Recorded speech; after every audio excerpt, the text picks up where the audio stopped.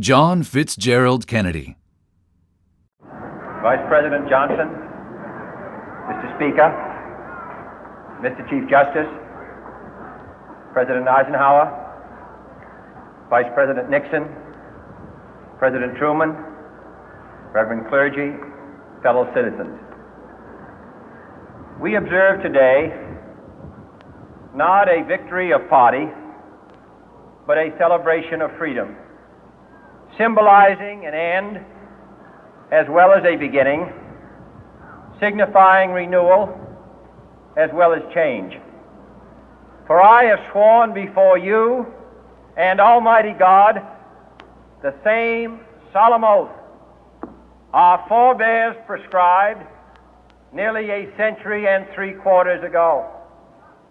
The world is very different now, for man holds in his mortal hands the power to abolish all forms of human poverty and all forms of human life. And yet the same revolutionary beliefs for which our forebears fought are still at issue around the globe. The belief that the rights of man come not from the generosity of the state, but from the hand of God. We dare not forget today that we are the heirs of that first revolution. Let the word go forth from this time and place to friend and foe alike that the torch has been passed to a new generation of Americans born in this century, tempered by war, disciplined by a hard and bitter peace, proud of our ancient heritage, and unwilling to witness or permit the slow undoing of those human rights to which this nation has always been committed and to which we are committed today at home and around the world.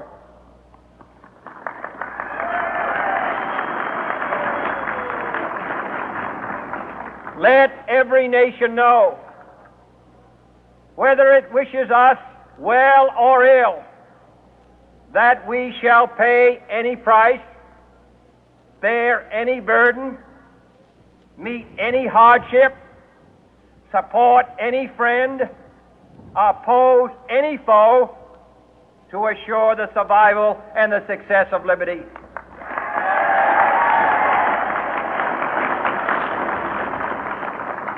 This much we pledge and more. To those old allies whose cultural and spiritual origins we share, we pledge the loyalty of faithful friends. United, there is little we cannot do in a host of cooperative ventures. Divided, there is little we can do, for we dare not meet a powerful challenge at odds and split asunder. To those new states whom we welcome to the ranks of the free, we pledge our word that one form of colonial control shall not have passed away merely to be replaced by a far more iron tyranny.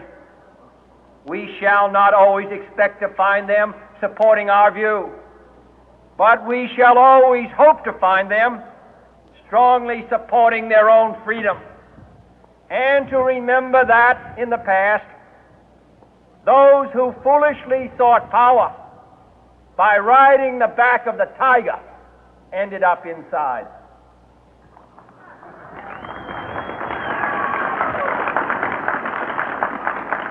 To those people in the huts and villages of half the globe struggling to break the bonds of mass misery, we pledge our best efforts to help them help themselves for whatever period is required, not because the communists may be doing it, not because we seek their votes, but because it is right. If a free society cannot help the many who are poor, it cannot save the few who are rich.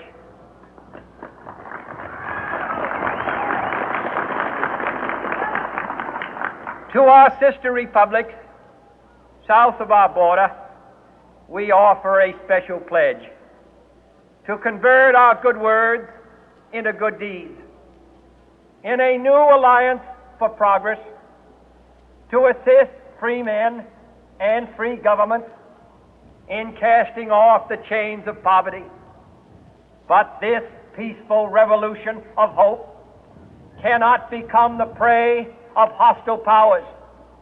Let all our neighbors know that we shall join with them to oppose aggression or subversion anywhere in the Americas. And let every other power know that this hemisphere intends to remain the master of its own house.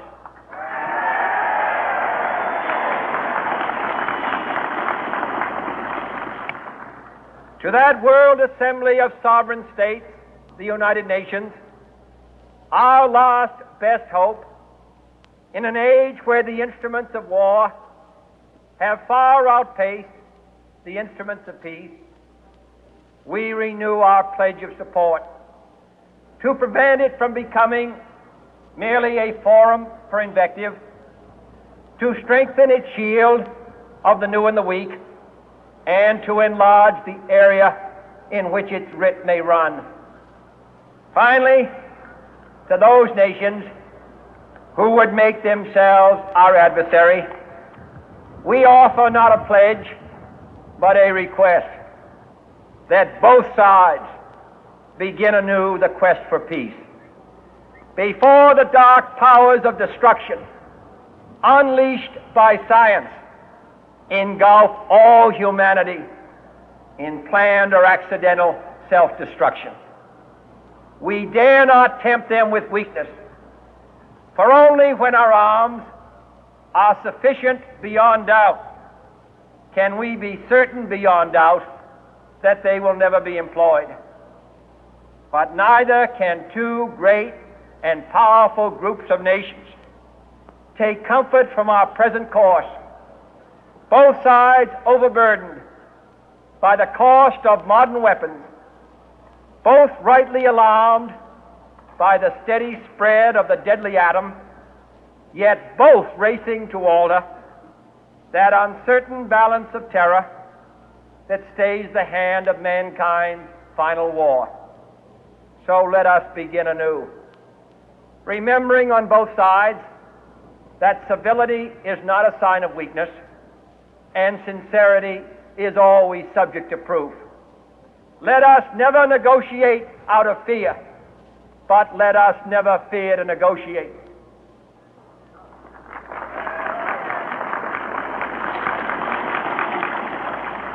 Let both sides explore what problems unite us, instead of belaboring those problems which divide us. Let both sides, for the first time, formulate serious and precise proposals for the inspection and control of arms, and bring the absolute power to destroy other nations under the absolute control of all nations.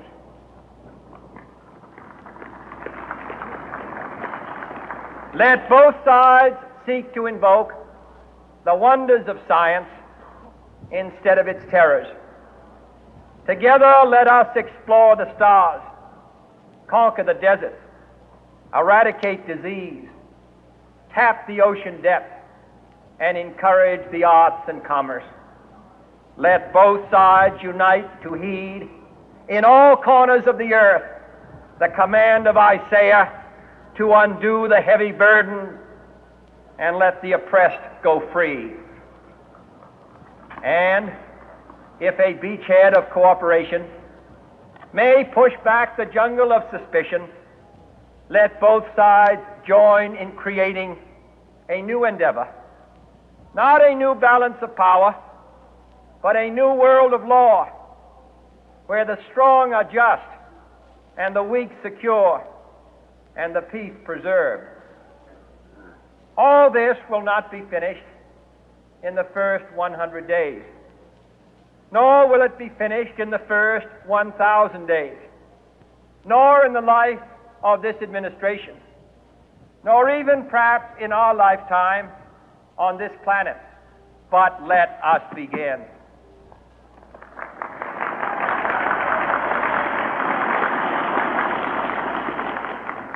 In your hands, my fellow citizens, more than mine, will rest the final success or failure of our course.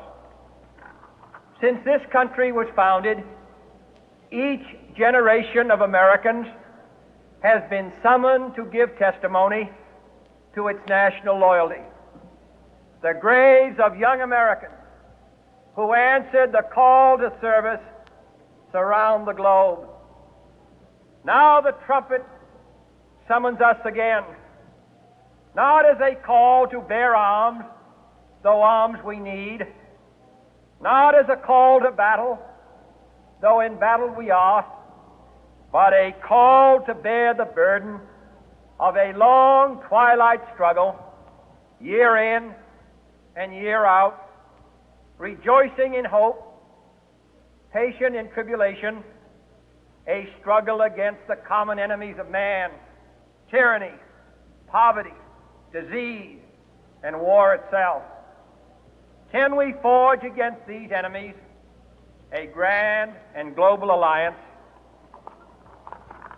north and south, east and west, that can assure a more fruitful life for all mankind? Will you join in that historic effort?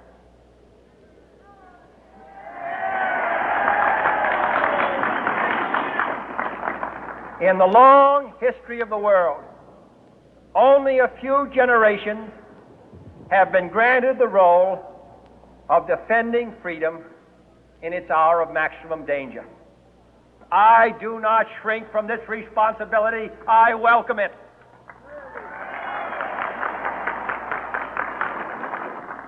I do not believe that any of us would exchange places with any other people or any other generation. The energy, the faith, the devotion which we bring to this endeavor will light our country and all who serve it.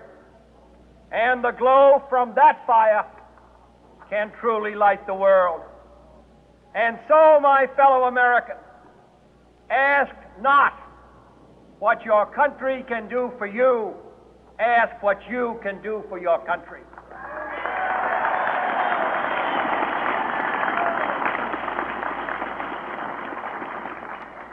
My fellow citizens of the world, ask not what America will do for you, but what together we can do for the freedom of man.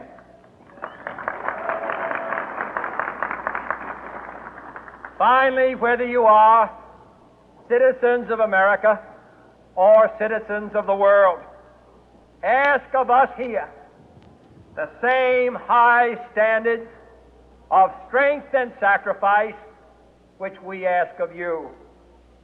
With a good conscience, our only sure reward, with history the final judge of our deeds, let us go forth to lead the land we love, asking His blessing and His help, but knowing that here on earth God's work must truly be our own.